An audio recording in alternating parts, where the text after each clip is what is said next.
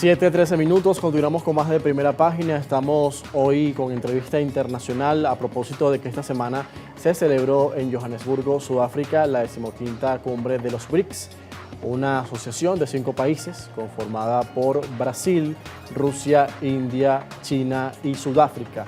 A propósito de esto se han dado anuncios importantes. Se trata de la incorporación de 6 países que ahora se van a unir a partir del 2024 a esta alianza económica que busca hacer frente al G7. Ya vamos a ver qué tan probable es eso y cómo podrían consolidarse estas alianzas y sobre todo este bloque económico. Conversaremos con Manuel Camilo González, es nuestro invitado esta mañana, magíster en Ciencia Política de la Universidad de Salamanca, y se conecta con nosotros a esta hora desde Bogotá, Colombia. Buenos días, Manuel.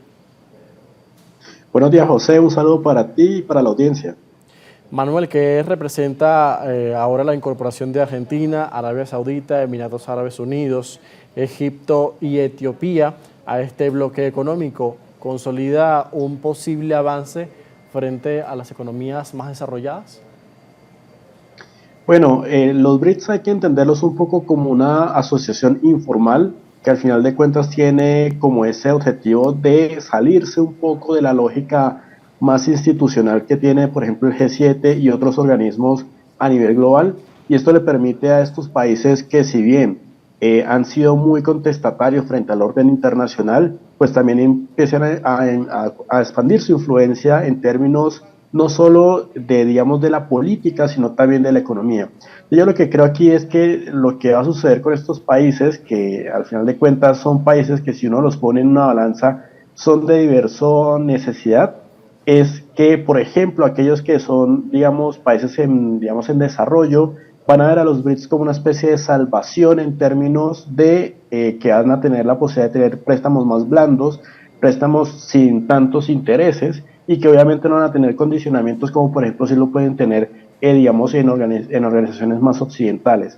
Por el lado por ejemplo de Arabia Saudita, que digamos es uno de los que ha ingresado también a los BRICS, pues lo que suma un poco aquí también es entender cómo digamos los BRICS pueden mantener una suerte de dominio en términos del petróleo, porque al final de cuentas permite que los BRICS manejen una larga línea de conducción del petróleo, y que eso rivaliza mucho con los Estados Unidos.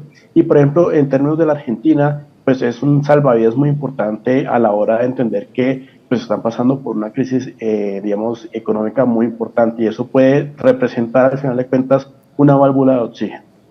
Ahora, pero también esta decisión del gobierno argentino de unirse a los BRICS ha generado una resistencia de los principales candidatos opositores a las elecciones del mes de octubre. ¿Cómo pueden darse los escenarios? ¿Sería un intento fallido de Argentina de unirse, ya que es probable que, según las encuestas, pues pierda el oficialismo o los grupos que lo apoyan estos próximos comicios?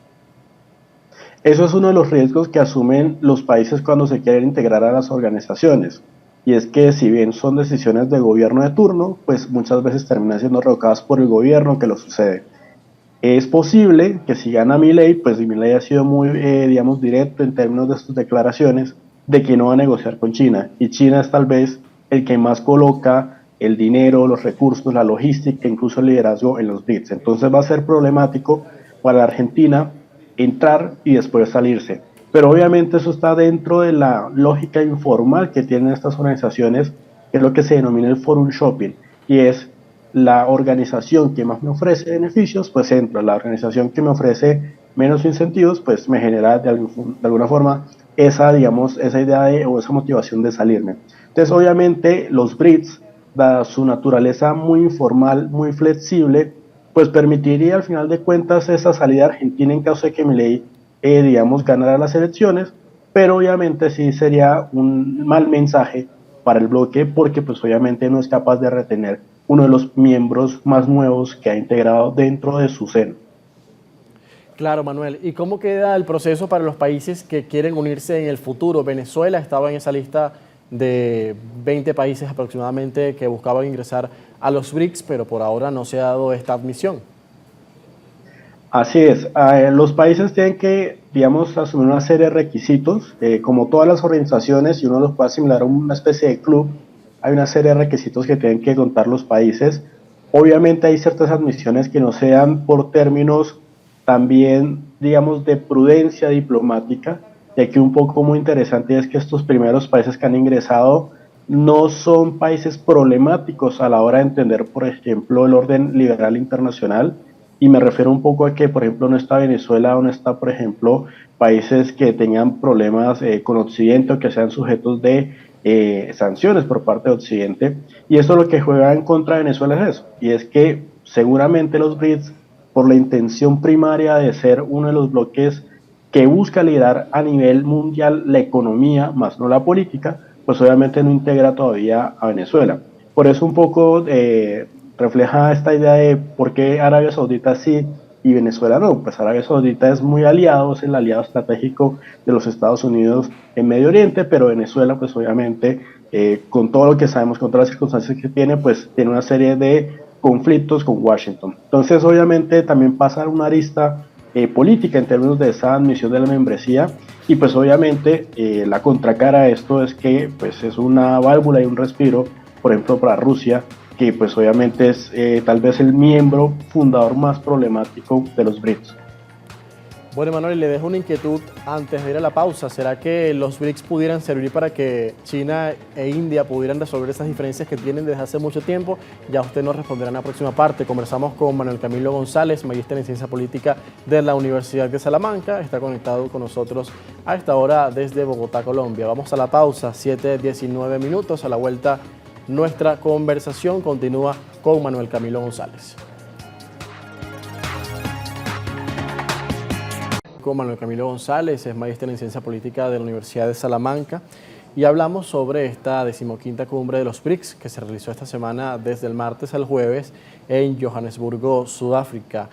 Antes de ir a la pausa, Manuel, te dejaba una inquietud que resulta interesante, y si es que este bloque pudiera servir para que tanto China como India resuelvan sus diferencias históricas. Hay razones territoriales y otras que tienen que ver con el liderazgo geopolítico y económico en esa región, donde China tiene un ascenso importante, pero India también representa una potencia en crecimiento, sobre todo por sus implicaciones y todo lo que tiene que ver con la economía.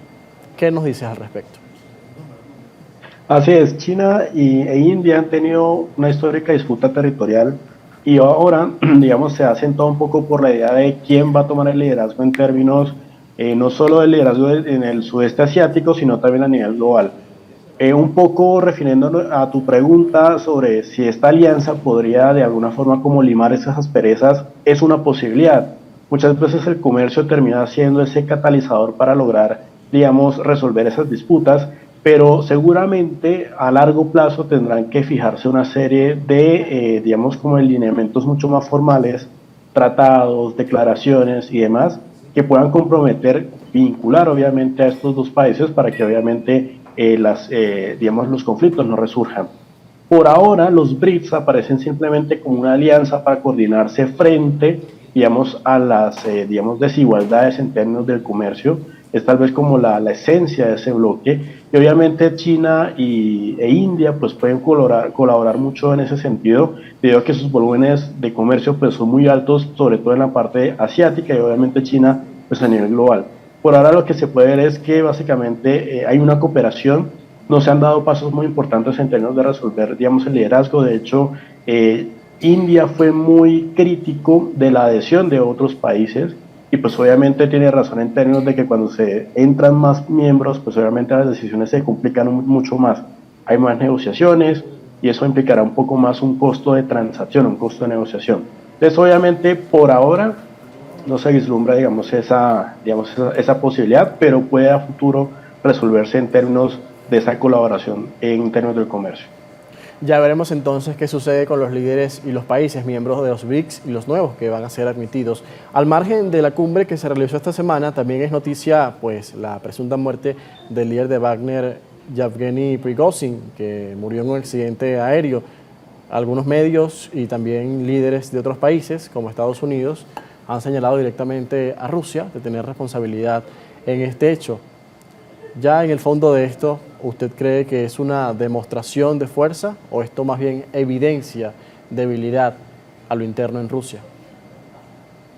Bueno, muchas veces este tipo de medidas, obviamente está por identificarse si fue digamos, un homicidio, fue un accidente, pero un poco conociendo los antecedentes, no solamente de Putin, sino de cómo se solucionan las disputas internas, domésticas en Rusia a lo largo de su historia, pues obviamente esta demostración es una demostración de fuerza al interior que tiene Putin, y es que obviamente un miembro de su élite autoritaria, que supuso una amenaza en cierto momento, pues ha sido eliminado.